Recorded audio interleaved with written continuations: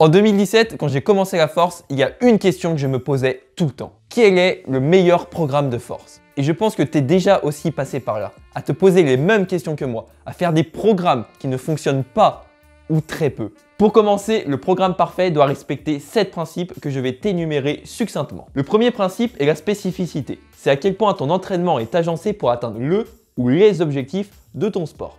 Par exemple, si tu es tennisman, tu n'iras pas faire un entraînement de poney. En force athlétique, tes entraînements devront améliorer ta force, ta masse musculaire et ta technique.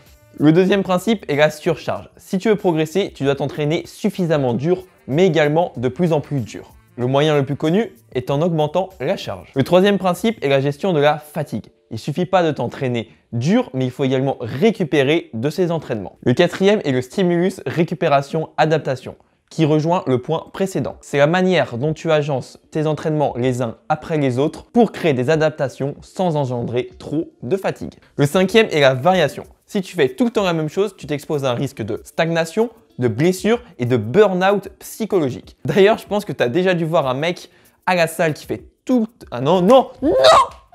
D'ailleurs, tu as déjà dû voir un mec à la salle qui prend tout le temps le banc de développé couché, mais qui stagne à 80 kg depuis des années. En variant les exercices, les fourchettes de répétition et les RPE, tu évites ces problèmes et tu assures une progression sur le long terme. Le sixième est la potentiation des phases. Ça veut tout simplement dire que les blocs précédents vont permettre d'améliorer les blocs futurs. Par exemple, tu fais des blocs hypertrophie, puis tu enchaînes avec des blocs de force, ce qui va te permettre d'utiliser cette nouvelle masse musculaire durant tes blocs de force et soulever plus lourd. Et le dernier, c'est les différences individuelles. C'est comment réagit ton corps à un entraînement. Et je sais à quel point ce principe est important parce que je réagis tellement différemment par rapport à la moyenne des gens à l'entraînement. Si je ne le respecte pas, je stagne, voire je régresse. Et malheureusement, tous les programmes tout faits que tu prends sur Internet respectent les 6 premiers principes, mais en oublient un, les différences individuelles. Et c'est pour ça que ton pote va peut-être prendre 20 kg sur un 5x5,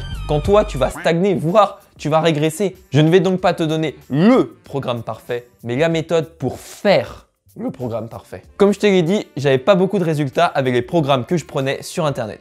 Et c'est frustrant parce que j'ouvrais mon Instagram et je voyais des mecs qui progressaient super vite. Et c'est à ce moment-là que j'ai compris que je devais faire mes programmes moi-même. Et je suis tombé sur la DUP Submaximal Training. Tu vas me dire, mais c'est quoi ce mot chinois? Alors DUP, ça veut dire Daily Undulated Periodization. Pourquoi? Tout simplement parce que dans la semaine, le nombre de répétitions va onduler. Et submaximal parce qu'on évite d'aller trop souvent, trop proche de l'échec.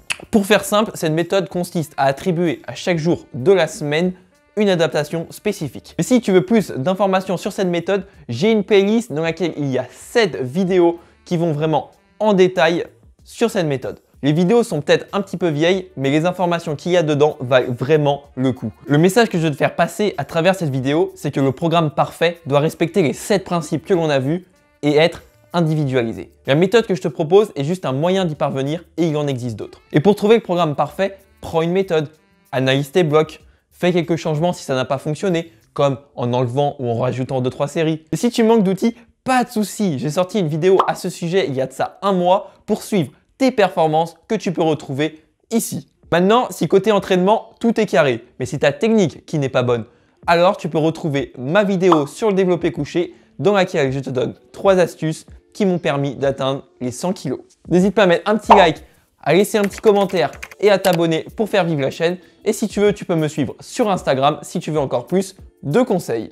Moi, je te retrouve la semaine prochaine pour une vidéo sur le deadlift. Salut!